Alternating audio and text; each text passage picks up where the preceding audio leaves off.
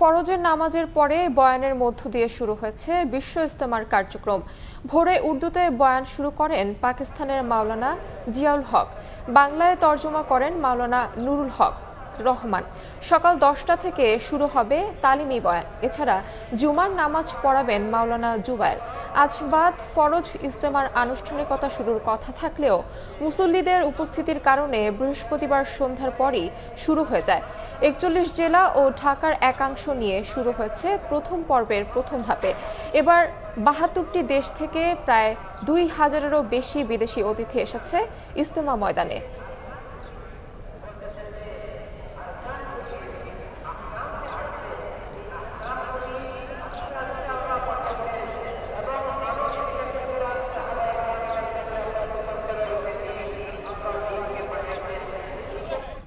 এই মুহূর্তে টঙ্গীর ইজতেমা ময়দানে আছেন সহকর্মী তোহা খান তামিম। বিস্তারিত জানতে সরাসরি যাচ্ছি তার কাছে। সেটি বাড়িয়েছে, যদিও এই সব কিছু উপেক্ষা করে এখানকার যারা ধর্মপ্রাণ মানুষ রয়েছেন তারা বয়ান শুনছেন, দিনই যে আলোচনা সেটি শুনছেন।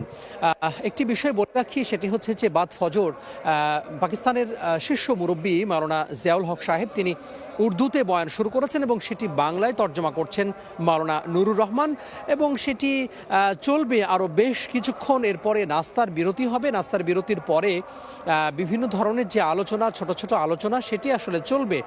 কিছুক্ষণ আগেও আমরা বলেছিলাম যে এই যে আলোচনা, অর্থাৎ বিভিন্ন শ্রেণী ভেদে যে আলোচনা সেটি চলবে। বিশেষ করে যারা তালিবুল এলম রয়েছেন, ছাত্র রয়েছেন, সেই ছাত্রদের জন্য এক ধরনের বয়ান রয়েছে। যারা পেশা সেই পেশাজীবীদের জন্য এক ধরনের যে দিনী শিক্ষা বা দিনী আলোচনা তারা সেটি তো রয়েছেই। অর্থাৎ যার যার জীবনাচরণ, যার যার জীবন পদ্ধতি, সেই পদ্ধতি অনুযায়ী তাদের যেই সমাজ, তাদের যেই তারা যে সমস্ত মানুষের সাথে মেলামেশা করেন, তারা যে সমস্ত মানুষের সাথে ওঠা বসা করেন, সেই ধরনের সেইভাবেই, সেই পদ্ধতিতেই, সেই কৌশল অবলম্বন করেই কিন্তু যে দিনের যে পরামর্শ, সেই দিনের আলোচনা কিন্তু দেয়া হবে। এরপরেই জুমার নামাজ আদায় করবেন এখানকার যারা ধর্মপ্রাণ মানুষ রয়েছেন। এবং বলা হয়ে থাকে যে প্রতি বছর ইজতেমাতে জুমার নামাজে লক্ষ লক্ষ মানুষের সমাগম হয়ে থাকে এবং সবচেয়ে বড় জামাত হয়ে থাকে এখানে।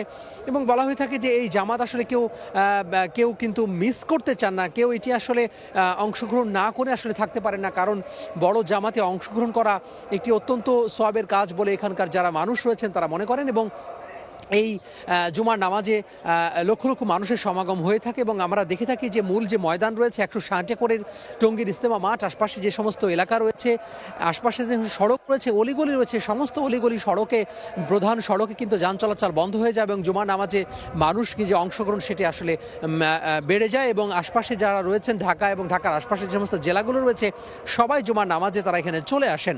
সঙ্গত কারণেই এই জুমার নামাজে মানুষের যে সমাগম সেটি আসলে প্রতি বছরই কিন্তু বেড়ে থাকে। আমরা দেখেছি যে দিনের আলো ফোটার সাথে সাথেই ভোরের সূর্য কিন্তু এখনও উঁকি দেয়নি, যদিও আলো পরিষ্কার হয়েছে, আবহাওয়া পরিষ্কার হয়েছে, তারপরে কিন্তু যেই সূর্যের আলো সেটি কিন্তু আসলে এখনও দেখা যায়নি। তবে এখানে যে শীতের যে তীব্রতা সেটি বলা যায় যে খুব স্বাভাবিক পর্যায়ে আছে। খুব কনকনে তীব্র শীত যেমনটি নেই, আবার একেবারে শীত নেই এটি বলার কোনো সুযোগ নেই। তবে এই যে আবহাওয়া, বেশ বলা যায় যে সূর্য দেখা না দিলেও বেশ শীতের একটি কনকনে আবহাওয়া এখানে বিরাজ করছে। এবং এর মাঝে কিন্তু যারা কিন্তু এখানে অংশগ্রহণকারী রয়েছেন তারা বেশ বলা যায় যে স্বাচ্ছন্দ্যে ঘোরাফেরা করছেন এবং স্বাচ্ছন্দ্যেই এখানকার যে বয়ান, সেই বয়ান শুনছেন। সঙ্গত কারণে এই লক্ষ লক্ষ মানুষের সমাগম হয়ে থাকে এই ইজতেমাকে ঘিরে। এবং এই ইজতেমাকে কেন্দ্র করে নিরাপত্তার যে বিষয়টি সেটি প্রশ্ন হয়ে ওঠে। এবং সঙ্গত কারণেই এই নিরাপত্তার যেই ব্যাপারটি সেটি খুব গুরুত্বের সাথে সরকার এবং আশপাশে যে সমস্ত প্রশাসন রয়েছে, বিশেষ করে রয়েছেন, পাশাপাশি প্রশাসনের ঊর্ধ্বতন যারা কর্মকর্তা রয়েছেন, তারা গত কয়েকদিন ধরেই দেখেছি তারা ব্যস্ত সময় পার করেছেন। পুলিশ প্রধান এখানে ঘুরে গেছেন, র্যাব প্রধান এখানে ঘুরে গেছেন, অন্যান্য বাহিনীর যারা দায়িত্বশীল কর্মকর্তা রয়েছেন তারাও। পুরো এলাকাটি নিরাপত্তার চাদরে ঢেকে ফেলা হয়েছে। এখানে ওয়াচ টাওয়ার রয়েছে, সিসি ক্যামেরা রয়েছে, ড্রোন ক্যামেরার মাধ্যমে কিন্তু নজরদারি করা হচ্ছে। মোট কথা, এখানে কোনো ধরনের নিরাপত্তা যে ঝুঁকি সেটি তৈরি হয় এমনটি কিন্তু আসলে কেউই চান না, কারো কাঙ্ক্ষিত বিষয় নয়। সেই জন্য কিন্তু নিরাপত্তার যেই যে নিরাপত্তার যেই ব্যবস্থা সেটি কিন্তু বলা যায় যে নিখুঁতভাবে করা হয়েছে এবং নিশ্ছিদ্র নিরাপত্তা করা হয়েছে বলে প্রশাসনের পক্ষ থেকে দাবি করা হয়েছে।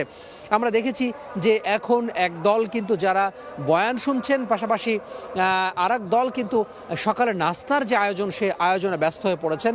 এভাবেই কিন্তু ভাগ করে কাজ করছেন এবং এক দল এক ভাগে কাজ করছেন, আর এক দল কিন্তু বয়ান শুনছেন। এভাবেই বলা যায় যে সবাই পালাক্রমে যে তাদের যে দায়িত্ব সেই দায়িত্বে তারা নিয়োজিত রয়েছেন এবং ইজতেমার যে কার্যক্রম সেটি ত্বরান্বিত হচ্ছে সময় যত গড়ছে। তো এখন বেশ সকাল, শীত